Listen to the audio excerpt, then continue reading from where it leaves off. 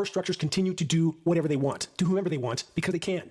The denial on countless fronts continues like an epidemic of willful, eyes wide shut blindness from academia, corporate media, so-called elected officials. The list goes on and on. All of this head-in-the-sand behavior serves to perpetuate the general public's oblivious. Yeah, don't forget the general public. They want to be as oblivious as they are, because to identify reality is terrifying, and most people just don't have it in them. It's terrifying. I think perhaps what's the most terrifying is that it's the unknown. We don't know what's up there. If we knew what it was, we could deal with it, prepare ourselves, you know. If what Dane Wigington is true, and if what Dane Wigington says is true, then we know what's up there, but he's just one person, one study. How can we trust it? And why is nobody else interested in taking these readings? Business to the tidal wave of total collapse that looms over our collective heads, along with the shockingly obvious climate engineering atrocities, which are also looming over our heads, the fallout of which is contaminating every breath we take. Filthy, hazy white, or silvery white, or often crisscross striped skies, all hallmarks of climate engineering operations. And how many other forms of covert warfare are being waged against populations around the world? How many from said populations are willing to even look at the wider horizon, let alone to do their individual part to help turn the tide of insanity? From the LA Times, this from last week, Earth hurtling. And if you do look at the literal wider horizon, it's white, because you're staring through a cross-section of aerosol. So it's much like when the aerosols are performing at their peak at noon, when you look up, the sky's white. Well, they're also performing at their peak because you're looking through so much of it when you look towards the horizon. And, you know, back in the 90s, there was a bit of this white on the horizon, but it just keeps rising and rising and rising. And at noon, the white effect around the sun just keeps widening and widening and widening. Dramatically, especially since the quarantine began.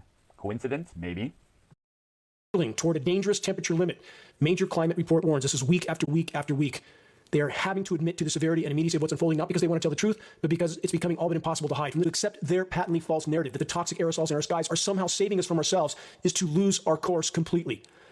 To be clear, spraying exponentially more toxic pollutants into our skies as a cure or mitigation for the rest of the toxic pollutants already in our skies is a stunning example of total insanity. In this very classroom, a state inspector found 1.74 parts per million of asbestos. That's not enough. We demand more asbestos. More asbestos. More asbestos. More asbestos. More asbestos.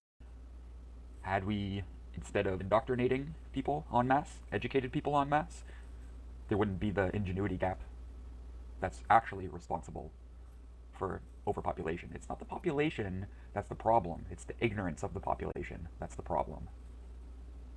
It's funny. You blame Russia for high gas prices when they have 1/10 the economy of the United States. The United States military is the single largest producer of greenhouse gas. The US military, whose budget is more than the next 8 largest military budgets in the world. But yes, Putin's the reason that gas prices are so high.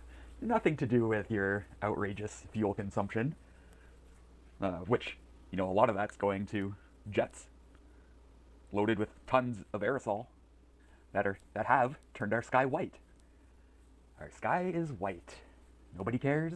Nobody cares. No parent that truly loves their children would stand by and watch them die in a burning house without doing anything and everything in their power to at least attempt to save their children. Yet, though the proverbial house, i.e. planet Earth, is in fact in total meltdown, is in fact being systematically decimated and contaminated from every imaginable direction with the climate intervention insanity at the top of the list, the vast majority, parents included, continue to focus on anything and everything except saving what is yet left of the planet's life support systems on which all of our lives, including our children, completely depend. The intentional manipulation of Earth's life support systems, i.e. climate intervention operations, is malevolent and is, for many reasons, the greatest and most immediate threat we collectively face short of nuclear cataclysm, and even in that category, climate engineering is a factor. We face a fight for life, nothing less. All hands are needed on deck, not hiding in their cabin as the ship goes down. Every single day counts at this point. Search and review the activist suggestions link on the homepage of geoengineeringwatch.org to learn how you can help to move this fight forward. Make your voice heard while it can still make a difference. If we don't take action today, we won't have tomorrow, and neither will our children. Till next week, stay strong, no fear. Let's continue our march forward in this fight. This is Dane Wigington with geoengineeringwatch.org.